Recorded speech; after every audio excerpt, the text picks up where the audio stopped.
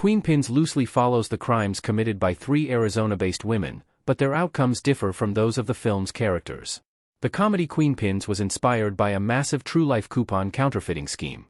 Kristen Bell and Kirby Howell-Baptiste lead the Queenpins cast in this story about two women, Bell's Connie Kaminsky and Howell-Baptiste's JoJo Johnson, and their major fortune through the illegal sale of high-discount coupons. In reality, the $40 million coupon scheme involved three women, namely Robin Ramirez, Marilyn Johnson, and Amico Amy Fountain. The trio's unbelievable financial operation was quashed after one of the victimized corporations, Procter & Gamble, launched an investigation into the fake coupons found to be circulating after an audit. While the movie included the arrests for Bell and Howell-Baptiste's characters, their fates were one of the numerous changes Queenpins made to the real-life events. What happened to Robin Ramirez after Queenpins? The suspected real-life ringleader Robin Ramirez loosely inspired Kristen Bell's Connie Kaminsky. Bell's portrayal of Connie Kaminsky is admittedly not a direct counterpart to any of the real-life Queenpins criminals. Writer-director Aaron Gaudette confirms this in an interview with The Hollywood Reporter, stating, "The characters themselves are complete creations."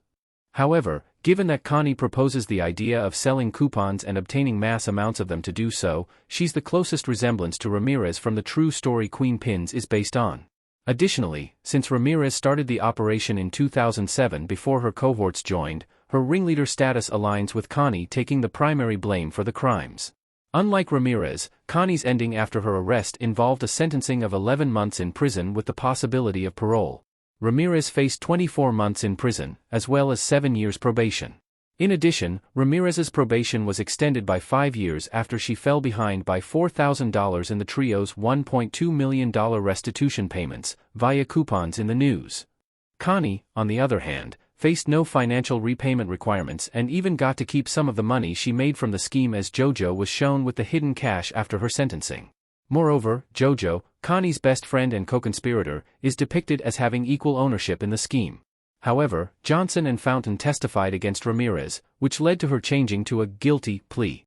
This involved Ramirez pleading guilty to counterfeiting, fraud, and illegal control of an enterprise.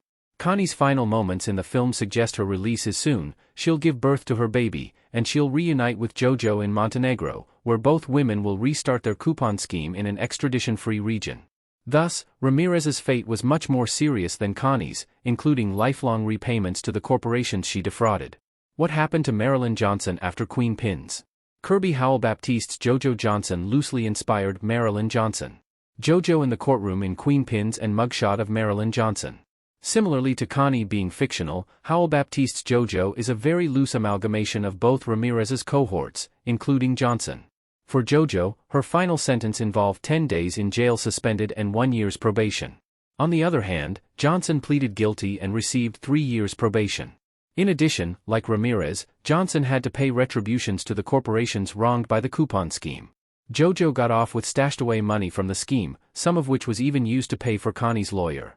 JoJo also used some of the money to restart her and Connie's operations in Montenegro, bringing her boyfriend Earl, Deo Okinii, on board. After sentencing, Johnson remained in Arizona and got a job unrelated to coupons. While JoJo's sentence was lower than Connie's because the latter willingly took most of the blame, Johnson's lighter sentence compared to Ramirez's was because she and Fountain testified against their suspected ringleader. What happened to Amico Amy Fountain after Queenpins? Kirby Howell-Baptiste's JoJo Johnson was also loosely inspired by Amico Amy Fountain. JoJo at the end of Queenpins alongside a mugshot of Amico Fountain. Just like Johnson, Fountain received 3 years probation for a single charge of counterfeiting. Since JoJo represents a new character made up of Johnson and Fountain combined, it's unsurprising that Fountain's post-sentencing fate is identical to Johnson's. She also had to pay off her portion of the retribution and found employment unrelated to coupons. As mentioned before, JoJo's fate in Queenpins was much more optimistic as she managed to maintain her friendship, serve very minimal jail time, start up the scheme again abroad, and obtain a romantic partner. All in all, the 2021 movie Queenpins conflated and altered the individuals involved in the crimes for more sympathetic storytelling, which included giving Connie and JoJo happier endings.